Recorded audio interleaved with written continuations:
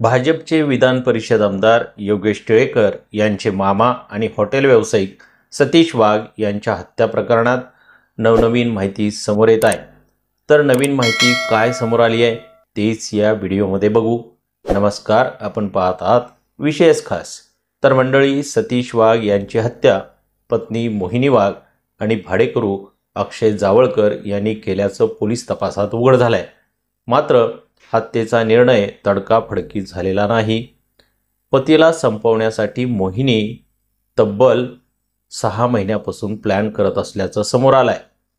अक्षय जावळकरच्या आधीही मोहिनीनं एका ओळखीच्या व्यक्तीला सतीश वाघ यांना मारण्याबाबत विचारणा केली होती।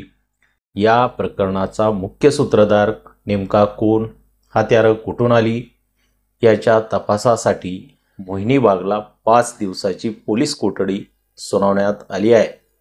आरोपी नवनाथ गुरसाळे व त्याचा साथीदार आरोपी अतिश जाधव या दोघांनी मिळून वाघ यांच्या हत्येसाठी वापरलेली हत्यारं पेरणे फाटा येथील भीमा नदीच्या पात्रात टाकली असल्याची माहिती पोलिसांकडे आहे। दोन्ही आरोपींच्या माध्यमातून हत्याराचा शोध घेऊन ते जप्त केलं जाणार आहे। भारतीय जनता पक्षाचे विधान परिषद आमदार योगेश टिळेकर यांचे मामा सतीश वाघ यांच्या खून प्रकरणात सहभाग असल्याच्या आरोपावरून पत्नी मोहिनी वाघ वय 48 राहणार फुरसुंगी हिला बुधवारी संध्याकाळी अटक करण्यात आली होती। पोलिसांच्या प्राथमिक चौकशीत तिने पतीच्या हत्येच्या कटात सहभाग असल्याची कबुली दिली होती।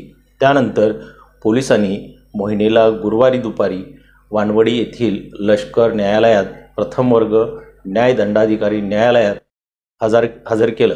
आरोपी अक्षय जावळकर 32 वर्षाचा आहे।